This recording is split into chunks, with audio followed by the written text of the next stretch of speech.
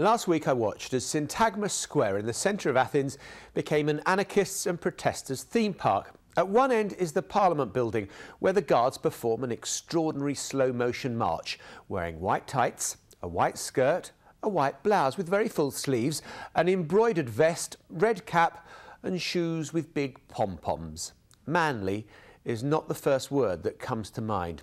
But at the first whiff of tear gas, and my goodness there was a lot of it, they were replaced by the riot police with gas masks, shields and protective clothing. At the other end of the square is the Finance Ministry, and I was reporting for the BBC from the roof of a largely derelict office block opposite a series of normally elegant five-star hotels. In the square itself were tens of thousands of protesters, trades unionists, communists and anarchists. The two latter groups had come hell-bent on confrontation with the authorities. And boy, did they deliver.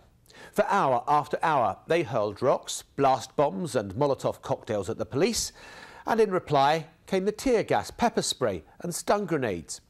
It was ugly and unrelenting, and often choking. The anarchists came well prepared. Who'd have thought so many of them would have their own gas masks? They also brought hammers and chisels. Why? Well, because the normally elegant Syntagma Square has beautifully tiled marbled staircases and balustrades. Chisel off the marble and you have a perfect projectile to spear at the police. A colleague commented that if only these guys had worked as hard as they rioted, well then maybe the Greek economy would not be in the mess that it is today.